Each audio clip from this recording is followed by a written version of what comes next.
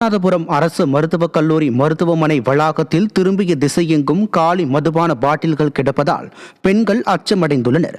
ராமநாதபுரம் அரசு மருத்துவக் கல்லூரி மருத்துவமனைக்கு நாள்தோறும் நூற்றுக்கணக்கான நோயாளிகள் வந்து செல்லும் நிலையில் குடிநீர், கழிப்படம் உள்ளிட்ட அடிப்படை வசதிகள் மேற்கொள்ளப்படவில்லை என மக்கள் புகார் தெரிவித்தனர்.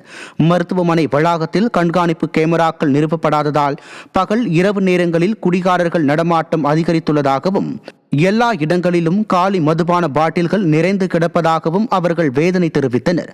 மாரத்தான் போட்டிகளில் மட்டுமே துறை அமைச்சர் ஆர்வம் காட்டுவதால் குற்ற செயல்களை தடுக்க முடியாத அளவிற்கு விடியாட்சி தோல்வியடைந்து விட்டதாக மக்கள் குற்றம் சாட்டினர்.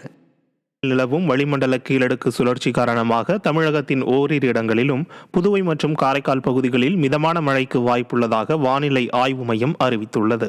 தமிழகத்தில் அதிகபட்ச வெப்பநிலை ஒரு சில இடங்களில் 2 முதல் 3 டிகிரி செல்சியஸ் இயல்பை விட அதிகமாக இருக்கும் என தெரிவித்துள்ள வானிலை ஆய்வு மையம், சென்னை மற்றும் புறநகர் பகுதிகளில் வானம் ஓரளவு மேகமூட்டத்துடன் காணப்படுவதோடு ஒரு சில பகுதிகளில் மிதமான மழைக்கு வாய்ப்புள்ளதாகவும் கூறியுள்ளது.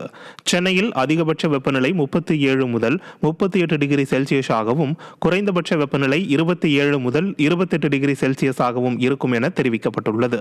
கடந்த 24 மணி நேரத்தில் சென்னை கத்திவாக்கத்தில் 6 சென்டிமீட்டர் மழை பதிவாகியுள்ளது.